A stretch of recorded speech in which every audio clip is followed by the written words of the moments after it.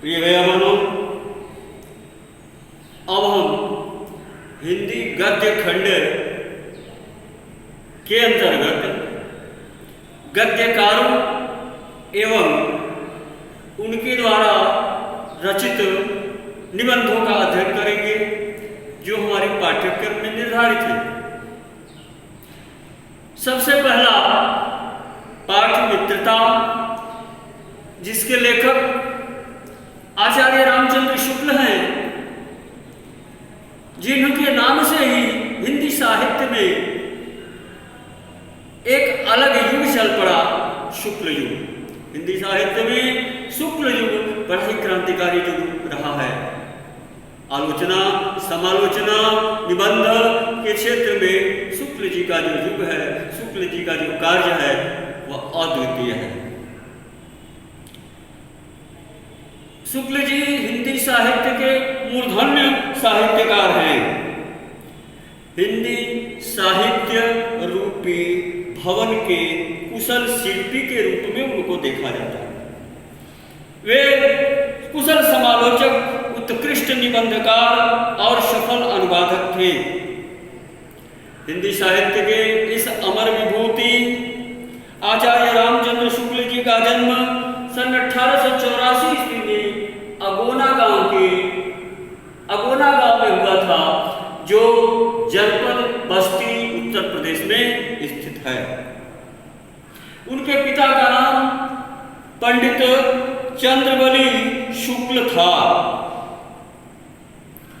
इनकी माता अत्यंत विदुषी एवं धार्मिक महिला थी।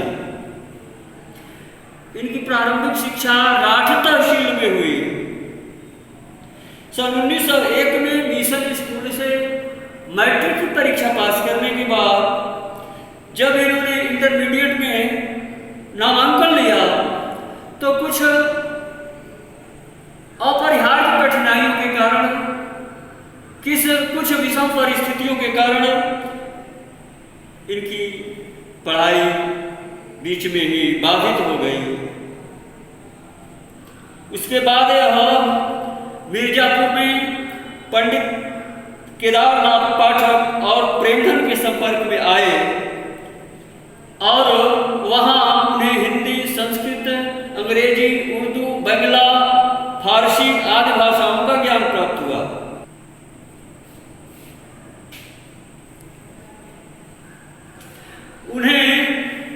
उन्होंने नायब तहसीलदार की नौकरी भी की, लेकिन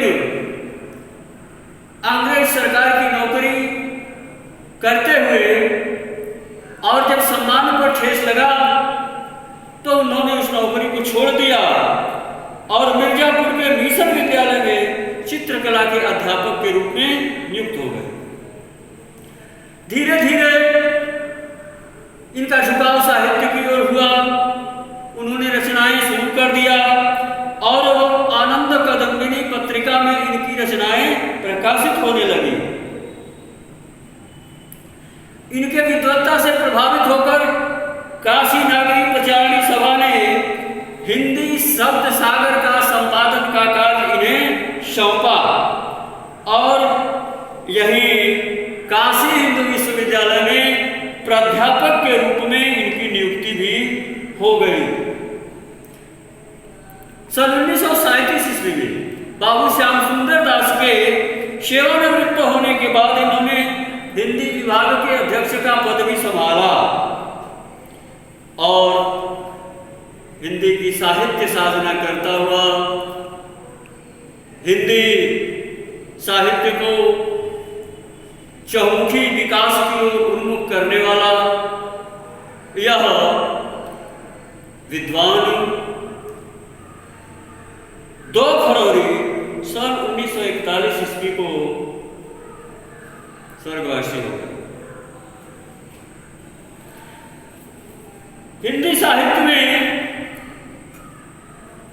इनका युग शुक्ल युग के नाम से प्रसिद्ध है और इनके निबंध उच्च कोटि के निबंध हैं।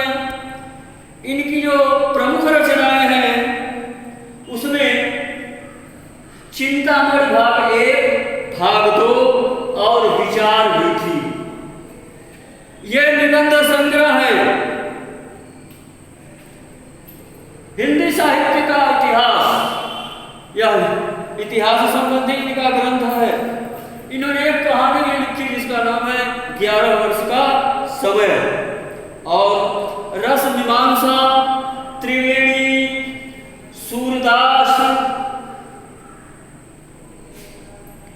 की आलोचना भी इन्होंने किया। नागरिक प्रचारणी पत्रिका, हिंदी शब्द सागर, तुलसी ग्रंथावली, भ्रमर गीत सार, जायसी ग्रंथावली आदि ग्रंथों का इन्होंने संपादन कार्य किया। आनंद कादम्बिनी नामक पत्रिका का भी इन्होंने संपादन किया।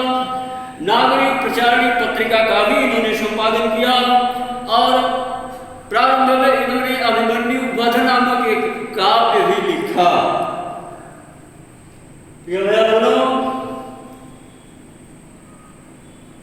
संस्कृत निष्ठ परिमार्जित खड़ी बोली इनकी भाषा है। इनकी भाषा बड़ी ही परिमार्जित है। संजत बोले, संजत,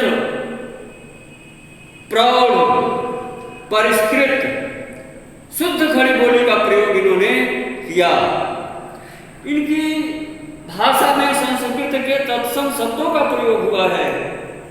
कहीं कहीं निबंधों में रोचकता प्रदान करने के लिए या आवश्यकता अनुसार उर्दू, फारसी और अंग्रेजी के छोटे छोटे शब्दों का भी प्रयोग इन्होंने किया है।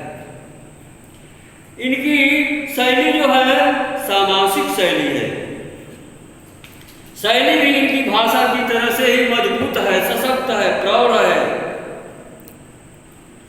और इनकी जो भाषा है उसमें भावों को अभिव्यक्त करने की अपार शक्ति है। इन्होंने अपनी बात को लोगों तक अपनी उस भाषा के माध्यम से पहुंचाया। इनकी रचनाओं में भावात्मक शैली, वर्णनात्मक शैली, विवेचनात्मक शैली, आलोचनात्मक शैली, हास्य व्यंग्यात्मक शैली का प्रयोग हुआ। पंडित रामचंद्र शुक्ल से ही हिंदी साहित्य में आलोचना का युग शुरू होता है। हिंदी साहित्य की एक अलौकिक विधा आलोचना, जो हिंदी साहित्य को आगे ले जाने में अग्रणी भूमिका निभाई। इसके बाद आने वाले अनेक साहित्यकारों ने आलोचना विधा को अपनाया और इसके द्वारा हिंदी साहित्य को पुष्ट किया, मजबूत किया। प्रिय भैया-बहनों, यह संक्षेप में शुक्ल जी का सामान्य परिचय है।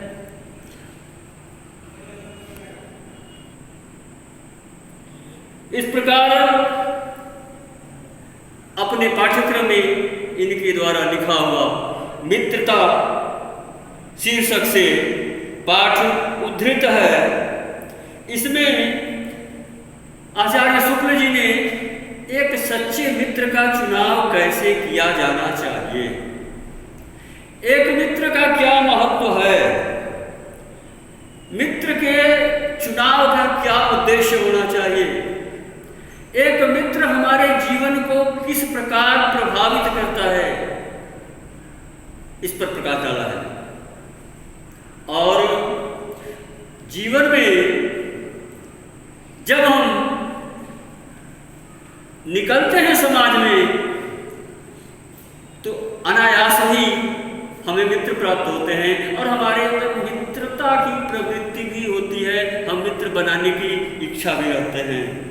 लेकिन हम सामान्य रूप से मधुर बोली, आकर्षक व्यक्तित्व इत्यादि को देखकर और मित्र बना लें, इससे कुछ नहीं होता।